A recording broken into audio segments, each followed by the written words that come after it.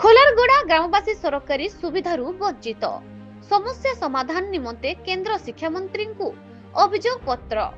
ଅନୁଗୁଳ ଜିଲ୍ଲା ଆଠମଲ୍ଲିକ ନିର୍ବାଚନ ମଣ୍ଡଳୀ କିଶୋରନଗର ବ୍ଲକ ହଣ୍ଡବା ପଞ୍ଚାୟତ ଅନ୍ତର୍ଗତ ଖୋଲାରଗଡ଼ା ଗ୍ରାମବାସୀ ସରକାରୀ ଯୋଜନାରୁ ବଞ୍ଚିତ ହୋଇଥିବା ଦେଖିବାକୁ ମିଳିଛି। ଉକ୍ତ ଗ୍ରାମଟି ହଣ୍ଡବା ପଞ୍ଚାୟତ ଠାରୁ 17 କିଲୋମିଟର ବଣପାହାଡ଼ ଘେରା ମଧ୍ୟରେ ଅବସ୍ଥିତ। ଉକ୍ତ ଗ୍ରାମରେ 60 ପରିବାର ଓ 500ରୁ ଊର୍ଧ୍ୱ ଜନସଂଖ୍ୟା ବିଶିଷ୍ଟ ଗ୍ରାମର ଉକ୍ତ ଗ୍ରାମକୁ ଯିବା ପାଇଁ ଉତ୍ତମ ରାସ୍ତାଟିଏ ନାହିଁ। ଯେଉଁ ରାସ୍ତା ଅଛି ହିଞ୍ଜିଡ଼ା ଗ୍ରାମର ମୁଖ୍ୟ ରାସ୍ତା। ରାସ୍ତା ଠାରୁ 4 କିଲୋମିଟର ମାଟି ରାସ୍ତା ଅଛି, ଯାହାକି ଆମ୍ବୁଲାନ୍ସ ଯିବା ଅସମ୍ଭବ।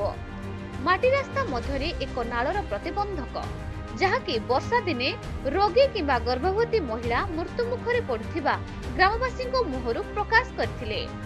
ଗମନାଗମନର ଅସୁବିଧା ସାଙ୍ଗକୁ ପିଇବା ପାଣିର ଘୋର ଅଭାବ।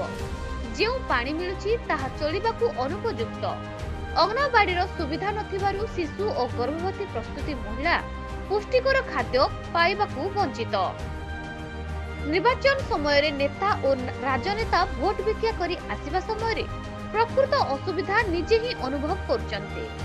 ଗମନାଗମନର ସୁବିଧା ସାଙ୍ଗକୁ ଏକ ବ୍ରିଜ ନିର୍ମାଣ ସହିତ ପାନୀୟ ଜଳ ଯୋଗାଣ ନିମନ୍ତେ କାର୍ଯ୍ୟକାରୀ କରିବାକୁ ମିଛ ପ୍ରତିଶ୍ରୁତି ଦେଇ ଚାଲି ଯାଆନ୍ତି।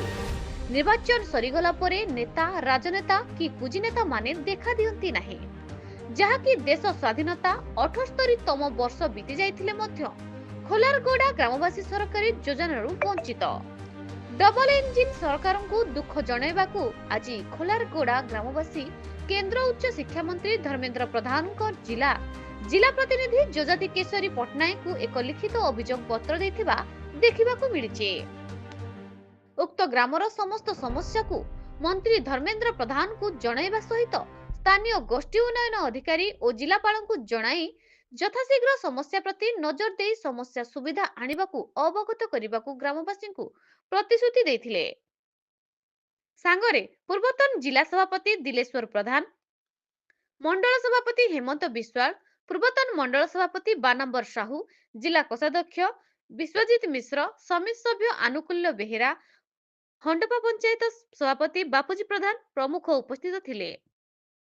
ଦେଖାଯାଉ ଅଭିଯୋଗ ପାଇବା ପରେ ସମସ୍ୟାର ସମାଧାନ କେବେ କାର୍ଯ୍ୟକାରୀ ହେଉଛି ଦେଖିବାକୁ ବାକି ରହିଲା। ଖୋଲାରଗଡ଼ା ଗାଁରୁ ବଂଶୀଧର ସେଠୀଙ୍କ ରିପୋର୍ଟ, ନ୍ୟୁଜ ଓଡ଼ିଶା ଟିଭି। ଖୋଲାରଗଡ଼ା କୋ ପଞ୍ଚାୟତ ହଣ୍ଡପା ପଞ୍ଚାୟତ।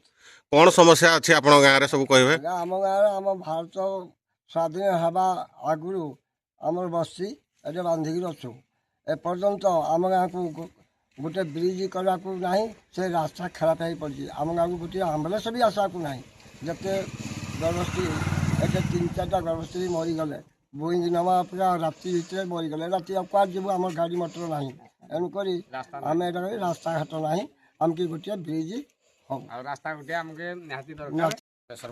କୋଉ ଗାଁ? ଖୋଲାରଗଡ଼ା। କଣ ସମସ୍ୟା ଅଛି ଆପଣଙ୍କ ଗାଁରେ ସବୁ? ଆମ ଗାଁକୁ ସାର୍ ରାସ୍ତା ଟିକେ ତ ଅସୁବିଧା ନାହିଁ, ପାଣି ଏମିତି ସୁବିଧା ନାହିଁ କିଛି। ଆମ ଏଇ ସ୍କୁଲରେ ଯାହା ଇଏ ହେଇଥିଲା ତାପରେ ଏଇ କୋଠି ଘର ଖଣ୍ଡେ ଏମିତି ଆମର ଏମିତି ହେଇଥିଲା। ତାପରେ ସେଇଟାକୁ ଏମିତି MLA ଆସିଥିଲେ, ସିଏ ଏମିତି ହଁ କରିଦେଇକି ଗଲେ, ସିଏ ଏମିତି ଗଲା, ସିଏ ଆଉ ଏଠି ଦେଖା ଦର୍ଶନ ନାହିଁ। ତାପରେ ଏଇ ଅସୁବିଧାରେ ଆମେ ଚଳୁଛୁ, ରାସ୍ତା ଟିକେ ନାହିଁ, ବଡ଼ ଅସୁବିଧା ଆଉ। ଏ ବିଷୟରେ କାହାକୁ ଜଣେଇଥିଲେ ଆଗରୁ? ଆଗରୁ ସମସ୍ତଙ୍କୁ ଜଣେଇଥିଲୁ, MLA କୁ ଜଣେଇଥିଲୁ, ସେ ଆର MLA ଥିଲେ, MLA ପାଖକୁ ଯାଇଥିଲୁ, ସବୁ 2 MLA ତାକୁ ଜଣେଇଥିଲୁ। ସିଏ ଆସିକି ଏମିତି କିଛି କେହି ଶୁଣୁନାହାନ୍ତି କି କେହି ପଚାରୁନାହାନ୍ତି। ତ ଆମକୁ ସେ ଜଣାଉନାହାନ୍ତି। ଏମିତି ଆମ ହଣ୍ଡପା ପଞ୍ଚାୟତ ଏମିତି ରହିଲା, ସିଏ ଏମିତି ଆମ ସରପଞ୍ଚ ବାବୁ ଏମିତି କିଛି ଏଠି ଇଏ ନାହିଁ। ମୋ ଗାଁର ସଭାପତି ବାବୁ ଅଛି। ମୁଁ କହୁଛି ଯେ ଯେଉଁ ଦିନରୁ ସ୍ୱାଧୀନତା ହେଇଥିଲା ଗାଁ, ସେଦିନରୁ ଆମେ ସବୁ ଅନୁରୋଧ କଲୁ, କେହି ଆମ ଗାଁକୁ ଏପର୍ଯ୍ୟନ୍ତ ପଚାରିଲେ ନାହିଁ। କାହାକୁ ଏ ସମ୍ପର୍କରେ ଜଣାଇଥିଲେ? ସମ୍ପର୍କରେ ଜଣେଇଥିଲୁ, ସେ MLA ବାବୁକୁ ଜଣେଇଥିଲୁ, ସେ ସରପଞ୍ଚ ବାବୁକୁ କହିଲୁ, ସେ ସବୁ କିଛି ଏଠାରେ ଆମର ବିଭିନ୍ନ ପ୍ରକାର ସବୁ କହିଥିଲୁ। ଯେତେ ଅଛନ୍ତି ମୁଖ୍ୟ ଲୋକ, ସେମାନେ କ'ଣ କହିଲେ? ସେମାନେ କହିଲେ ସବୁ କରିବା। ଏ ପର୍ଯ୍ୟନ୍ତ କିଛି କାମ କାର୍ଯ୍ୟ ହେଲା ନାହିଁ। ଆମେ ନାଳ ଦରଗାରେ ଯାଉଛୁ ଏଇ ଅସୁବିଧାରେ। ମୋ ନାଁ ଆନୁକୂଲ୍ୟ ବେହେରା, ହଣ୍ଡପା ସମିତି ସଭ୍ୟ। ଭାରତର ସ୍ୱାଧୀନତା ଆଜିକି 100 କେତେ ବର୍ଷ ହେଲା ପରେ ବି କିନ୍ତୁ ଏହି ପଞ୍ଚାୟତରେ ଗୋଟେ ରାସ୍ତାଟିଏ ନାହିଁ, ବ୍ରିଜଟିଏ ନାହିଁ।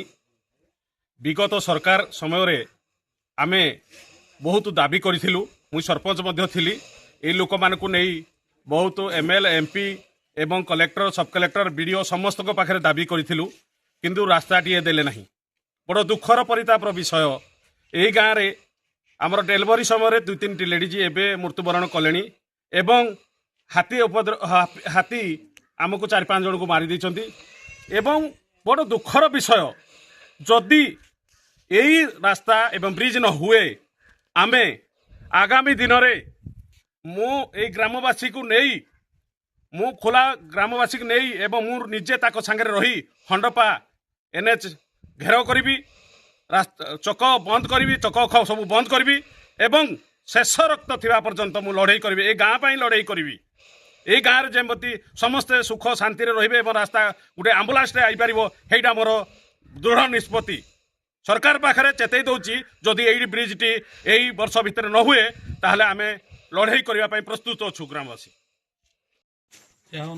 ଆଜି ଆପଣ ଆସିଥିଲେ ଖୋଲାରଗଡ଼ାର ସମସ୍ୟା ବିଷୟରେ ଗାଁ ଲୋକ ଅବଗତ କରିଛନ୍ତି, ତା ବିଷୟରେ କ'ଣ କହିବେ?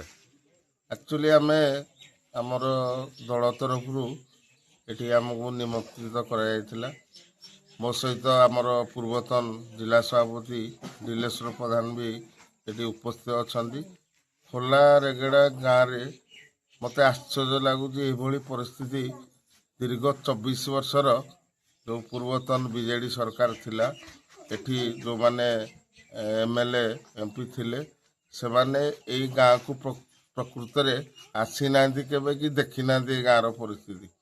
ଏଠି ରାସ୍ତା ନାହିଁ, ଏଠି ବ୍ରିଜ୍ ନାହିଁ, ଏଠି ପାଣି ନାହିଁ, ବିଭିନ୍ନ ସମସ୍ୟାରେ ଏଇ ଗାଁରେ ଯେଉଁ 500 ଲୋକ ରହୁଛନ୍ତି, ସେମାନେ ଯେଉଁ ଅଭିଯୋଗ ପତ୍ର ଆମକୁ ଦେଲେ, ଏଠିକାର ମାନ୍ୟବର ସାଂସଦ କେନ୍ଦ୍ର ଶିକ୍ଷାମନ୍ତ୍ରୀ ଶ୍ରୀ ଧର୍ମେନ୍ଦ୍ର ପ୍ରଧାନ ମହୋଦୟଙ୍କୁ ମୁଁ ଅବଗତ କରେଇବି ଏବଂ ଏଠୁ ଗଲା ପରେ ମୁଁ ଜିଲ୍ଲାପାଳଙ୍କୁ ଏବଂ ଏଠିକାର BDO ଯିଏ ଅଛନ୍ତି ତାଙ୍କୁ ମଧ୍ୟ ଏ ଗାଁର ବିଭିନ୍ନ ସମସ୍ୟା ଉପରେ ଅବଗତ କରେଇବି ଏବଂ ଆମେ ନିଜେ ଆଖିରେ ଦେଖିଲା ପରେ ବିଶ୍ୱାସ ହେଉନି ଯେ ଏଇ ଗାଁରେ ଏତେ ସମସ୍ୟା ଦୀର୍ଘ ସ୍ୱାଧୀନତା ଲାଭ କଲା ପରେ ଏଭଳି ଗାଁ ଏଇ ଆଠମଲ୍ଲିକ ଅଞ୍ଚଳରେ ଅଛି, ତାହା ଆଖିରେ ନ ଦେଖିଲେ ବିଶ୍ୱାସ ହେବନି।